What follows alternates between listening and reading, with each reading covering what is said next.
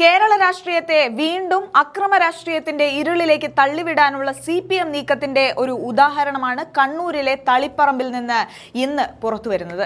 Youth Congress സംസ്ഥാന general secretary Rahul മെച്ചിയോട്ടിന്റെ വീടിന് മുന്നിൽ മരണത്തിന്റെ പ്രതീകമായ റീത്ത് വെച്ചുകൊണ്ട് DYFI പ്രവർത്തകർ തങ്ങളുടെ തനിനിറം ഒരിക്കൽ കൂടെ പുറത്തെടുത്തിരിക്കുകയാണ്. ഇത് വെറും ഒരു റീത്തല്ല, മറിച്ച് വരാനിരിക്കുന്ന തെരഞ്ഞെടുപ്പിലെ ദയനീയ പരാജയം ഭയന്ന് പരിഭ്രാന്തരായ ഒരു പ്രസ്ഥാനത്തിന്റെ വെപ്രാളമാണ്. ജനപിന്തുണ നഷ്ടപ്പെട്ട CPM ഇപ്പോൾ തങ്ങളുടെ രാഷ്ട്രീയ എതിരാളികളെ ഭീഷണിപ്പെടുത്തി ഇല്ലാതാക്കാമെന്ന് കരുതുന്നുണ്ടെങ്കിൽ അത് വെറും സ്വപ്നം മാത്രമാണെന്ന് ഓർമ്മിപ്പിക്കട്ടെ. കഴിഞ്ഞ ദിവസം കണ്ണൂർ ടൗണിൽ നടന്ന യൂത്ത് കോൺഗ്രസ് പ്രതിഷേധ പ്രകടനങ്ങളിൽ സജീവമായി പങ്കെടുത്തതിന്റെ വൈരാഗ്യമാണ് രാഹുൽ മെച്ചിയോട്ടിനെതിരെ ഇത്തരമൊരു ഹീനമായ നീക്കം നടത്താൻ DYFI പ്രേരിപ്പിച്ചത്.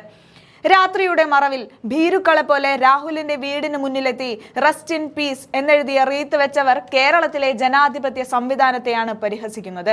കാടും പടലും ഒക്കെ വെച്ച് കെട്ടിയുണ്ടാക്കിയ ആ റീത്ത് കാണുമ്പോൾ തന്നെ മനസ്സിലാക്കാം ഇത് എത്രത്തോളം തരംതാണ രാഷ്ട്രീയമാണ് അവർ കളിക്കുന്നതെന്ന്.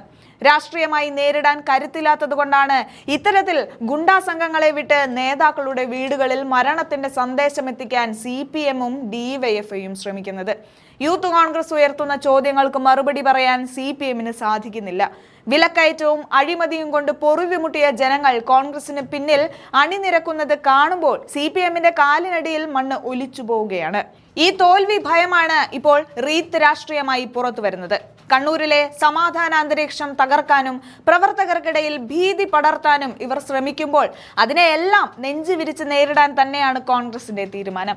രാഹുൽ മെച്ചിയോട്ട് എന്ന നായകൻ തനിച്ചല്ല, മറിച്ച് കേരളത്തിലെ ആയിരക്കണക്കിന് വരുന്ന കോൺഗ്രസ് പ്രവർത്തകർ അദ്ദേഹത്തിന് പിന്നിലുണ്ട്. റീത്ത് വെച്ച് പേടിപ്പിക്കാൻ നോക്കുന്നവർ കോൺഗ്രസിന്റെ ചരിത്രം ഒന്നുകൂടെ പഠിക്കുന്നത് നന്നായിരിക്കും. വെടിയുണ്ടകളെയും മർദ്ദന മുറകളെയും അതിജീവിച്ചു വന്ന പ്രസ്ഥാനമാണ് ഇന്ത്യൻ നാഷണൽ കോൺഗ്രസ്. പോലീസ് ഈ കാര്യത്തിൽ കൃത്യമായ അന്വേഷണം നടത്തണമെന്ന് യൂത്ത് കോൺഗ്രസ് ആവശ്യപ്പെടുകയാണ്. സമാധാനപരമായി പ്രവർത്തിക്കുന്ന രാഷ്ട്രീയ നേതാക്കളുടെ ജീവന് സംരക്ഷണം നൽകാൻ സർക്കാരിന് ബാധ്യതയുണ്ട്. എന്നാൽ മുഖ്യമന്ത്രിയുടെ തട്ടകത്തിൽ തന്നെ ഇത്തരത്തിൽ ഗുണ്ടാവിളയാട്ടം നടക്കുമ്പോൾ ആഭ്യന്തര വകുപ്പ് പൂർണ്ണമായും പരാജയമാണെന്ന് ഒരിക്കൽ കൂടി തെളിയിക്കപ്പെട്ടിരിക്കുകയാണ്. കണ്ണൂരിലെ ജനങ്ങൾ ഇതെല്ലാം കാണുന്നുണ്ട്. ജനാധിപത്യത്തെ റീത്ത് വെച്ച് അടക്കം ചെയ്യാൻ നോക്കുന്നവർക്ക് വരാനിരിക്കുന്ന തെരഞ്ഞെടുപ്പിൽ ജനങ്ങൾ കൃത്യമായ മറുപടി നൽകുമെന്നത് തീർച്ച.